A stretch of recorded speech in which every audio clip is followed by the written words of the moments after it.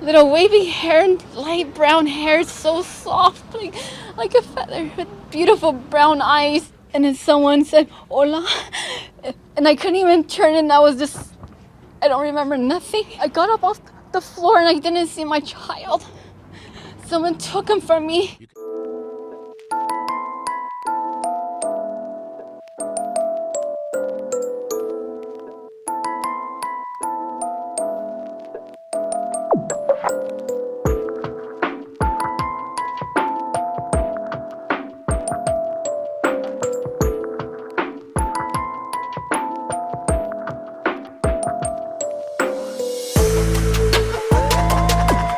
Welcome or welcome back, and thanks for being here. I'm Cassie, and this is A Wicked World.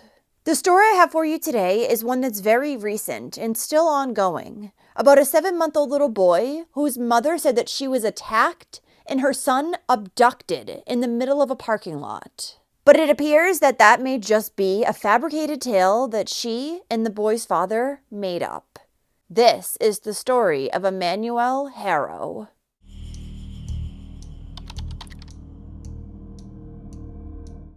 Emmanuel Haro was born sometime at the beginning of 2025 to his mother, Rebecca Haro, and his father, Jake Haro. He also had multiple older siblings. Both of Emmanuel's parents had previously been married. His father, Jake, had 2 ex-wives and 3 children, which had been the result of these relationships. And Emmanuel's mother, Rebecca, has 2 now adult children with her ex-husband. But he had regained custody rights of them once they were divorced. This ex has said that he had no idea that Rebecca went on to get married again and have 2 more children, meaning that she likely doesn't speak to him or her 2 adult children either. Then when Rebecca and Jake got together, they had a daughter who's 2 years old and Emmanuel, who's 7 months old. On the evening of August 14, 2025, around 7:45 p.m., police responded to an emergency call in the 3400 block of Yucaipa Boulevard, Yucaipa, California. When they arrived at the parking lot of the Big 5 sporting goods store, they were met by Emmanuel's mother, Rebecca, who informed them that she'd been assaulted and her infant son was abducted by a stranger. Rebecca claimed that earlier she'd been at a nearby park attending football practice for one of Emmanuel's siblings, when she left with the 7-month-old to go get the sibling a mouth guard. But once she arrived at the Big 5 store, she realized that Emmanuel needed a diaper change. So she took him out of his car seat, laid him down in the back of her SUV, then went to get a diaper. Suddenly, she heard someone say "Hola," and she saw white. Rebecca had been struck from behind and knocked unconscious. After that, she didn't remember anything. When she came to about 10 minutes later, her eye was throbbing and Emmanuel was gone. I came over here, I parked right here in this edge. When I was coming over here, I smelled the baby went to the restroom. It's like, "Okay, Papa, don't worry, we're gonna change you." I was gonna get the diaper and somebody said "Hola," and I didn't see nothing since. I woke up right here on the floor and I didn't see Emmanuel. She frantically began looking for her son. But when she couldn't find him, she ran into the Big 5 store and began asking employees if they had seen a baby. They had not, so she called police. Almost as soon as authorities arrived on the scene, the search for 7-month-old Emmanuel began. And they even brought in canine scent tracking dogs. At the same time, an alert was put out to the public, stating that the baby boy weighed about 21 pounds, was 24 inches long, and he had brown hair and brown eyes. It was also noted that he is cross-eyed and had last been seen wearing a black Nike onesie. However, no Amber Alert was issued, as there was no description of the potential abductor or a vehicle they may be driving. Rebecca and Jake did several TV interviews, and even though they tried to appear as grief-stricken parents who were pleading for the safe return of their son, it quickly threw suspicion their way. Emmanuel's father, Jake, did not really look like he was upset, but rather trying to feign those emotions. And neither of the parents shed any tears. Jake also made the strange comment of, "He was a healthy baby. He was crawling, he was kicking, and he was playing with his toys." But what does any of that matter if your son was just randomly abducted? Rebecca also mentions that he was a happy boy during her interview, which brings up the fact that the parents were also using past tense when talking about their son. Another thing that may be minor and overthinking it, but just seems kind of weird, is the missing flyer that Jake's holding. It says missing kid, which seems rather disconnected. You'd think they would either put missing child or, since he was only 7 months old, maybe missing baby. Then there's the fact that Rebecca's black eye, which she told police she had obtained on the day she was attacked and Emmanuel was taken, doesn't look very fresh. Rather, it looks like an older injury, because if someone had attacked her hard enough to knock her unconscious, she would have had much more swelling. And if she was attacked from behind and never saw what this person looked like, then how was it that they hit her directly in the eye? Rebecca and Jake would be interviewed by authorities again. And while speaking with Rebecca, officers would confront her about some inconsistencies in her story. She then declined to continue the interview, and police would later state that they could not rule out foul play in Emmanuel's disappearance. Around the same time, an independent group devoted to finding missing children withdrew its reward that they were offering for any information leading to Emmanuel's safe return. They stated that in good conscience, they could not utilize their team and resources when something from the story was missing. According to employees at Waterman Discount Mall, they have surveillance footage of Rebecca shopping there on August 3rd. Over a week before the alleged abduction, and she already had the black eye at that point. Rather conveniently for the parents too, there was no security footage from the parking lot where Emmanuel was said to have been taken. However, there were cameras at other nearby businesses, and it's said that police have confiscated much of this footage. According to one local business, Marlene's Jewelers, they had a clear shot from their cameras of where Rebecca parked. And they've said that their footage shows nobody approaching her. Additionally, people who work at the Big Five have posted online and said that Rebecca came into the store that day before the attack. And she already had a black eye at that time. One online poster said, "A manager did her DV duty of care and asked her if she was okay. And she happily said she walked into a wall and had a laugh. Also, no baby with her." Even though this claim has not been verified by police, at least 2 others have backed the statement. According to employees, police have asked them to not speak about it, but they believe that the public has the right to know. It's additionally been rumored that Jake and Rebecca had gone into the Big Five just a day prior to Emmanuel's abduction. They'd made up a story about their car being broken into in the parking lot and asked the cashier if there was any footage. They, of course, were told no, there was no cameras. But didn't they think that this information would come back up later? Then there's the fact that multiple people have come forward saying that they did not see the baby boy at his brother's football game prior to him going to the Big Five with his mother. Emmanuel wasn't seen at Rebecca's nephew's funeral either, which was about a week prior on August 5th. And when relatives had asked where he was, she told them that she just didn't bring him because he wasn't vaccinated. So as if all of this doesn't already sound bad enough, Emmanuel's father, Jake, has a criminal history too. A horrible one. And he had currently been on probation at the time that his son went missing.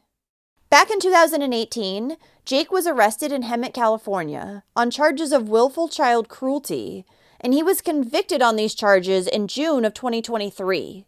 He was then sentenced to serve 180 days in jail and 48 months of probation. One of his daughters from his second marriage to Vanessa Avina was just 10 weeks old when she was rushed to the hospital with some very serious injuries. She had a fractured rib, she had 6 healing fractures to her ribs, a skull fracture, a brain hemorrhage, a swelling neck, and a fractured leg bone that was also in the process of healing. So there had been ongoing mistreatment of this baby girl, who, like I said, was only 10 weeks old. According to the little girl's mother, Vanessa, on October 12th, she had picked Jake up from work, dropped him back off at home, then went to pick up her other daughter. When she arrived back about an hour later, she tried nursing the baby, but she wouldn't feed, so Vanessa brought her to the hospital. Jake had a different story. He said that Vanessa had dropped him off at home, and he realized that the baby felt rather warm, so he took her temperature. Since it was around 99 to 100 degrees, he decided to bathe her. But during that bath, he admitted to dropping the baby girl chest first on the bathroom counter. He insisted that he did not see any injuries at this time. However, later on that night, Vanessa woke Jake up and asked him to feel the baby's back. At that time, he heard some crackling. While Jake and Vanessa had been at the hospital with their infant daughter, Jake's sister looked on his iPad and discovered that there had been a search done for how to feed a baby with broken ribs. Jake, however, insisted that he had not been the one to make this search. The little girl barely survived, but she did. She was then adopted by one of her mother's cousins. And to this day, as a result of the injury she sustained, she still needs a tube to breathe. She's blind, can't walk or talk, and only has about 3% of her brain function left.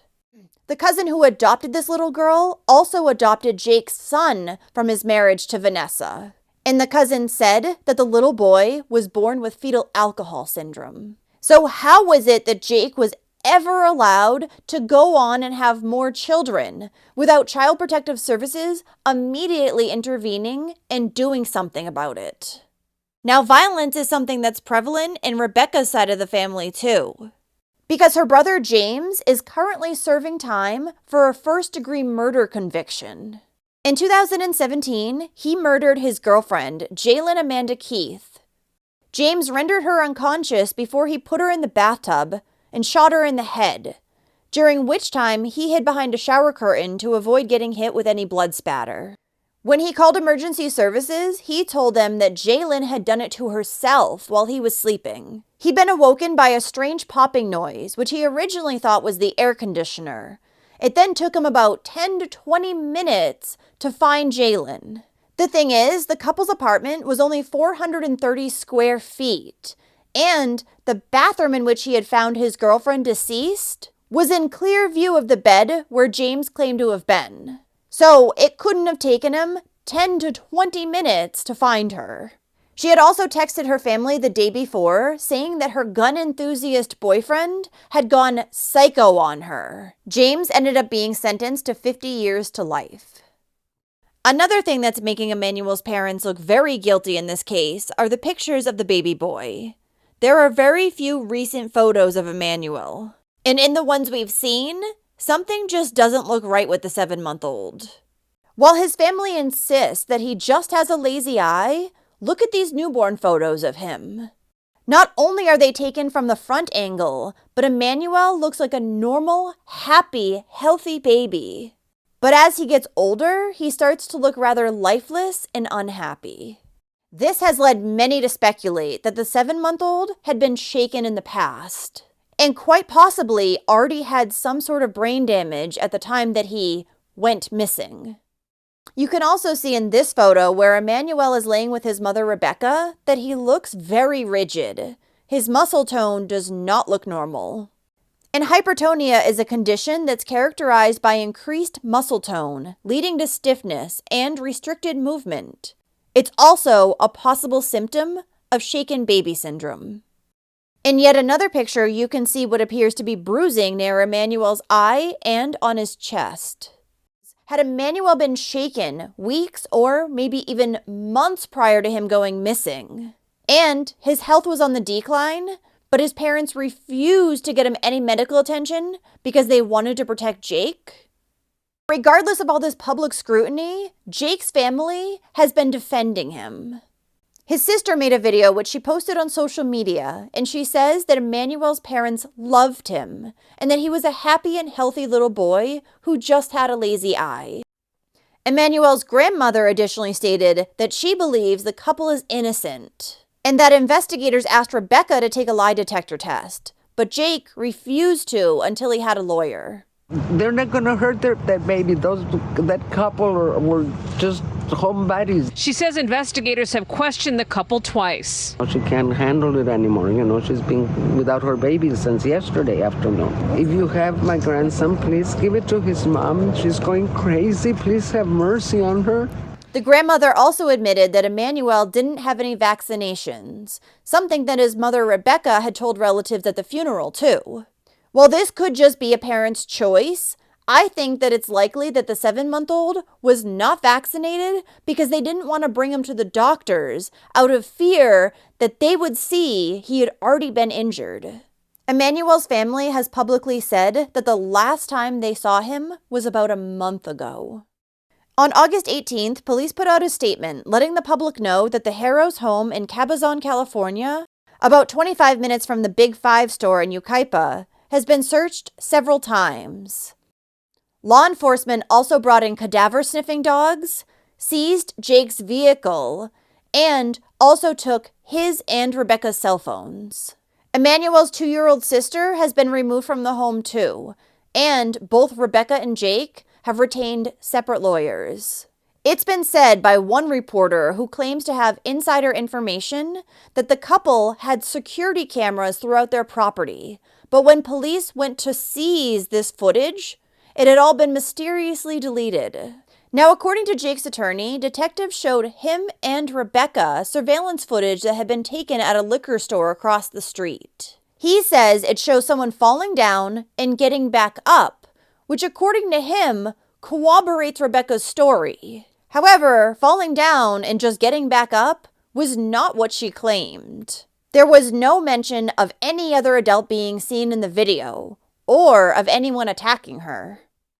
It's been reported by multiple news outlets that on August 19th, police recovered items of interest, including baby clothes from a dumpster that was down the street from the Haro's home. However, at this time, it has not been confirmed if these clothes do indeed belong to Emmanuel or not. On the same day, August 19th, a fire broke out on the street where the Haro family lives. However, police have said that the fire was across the street from their home and not related to Emmanuel's disappearance.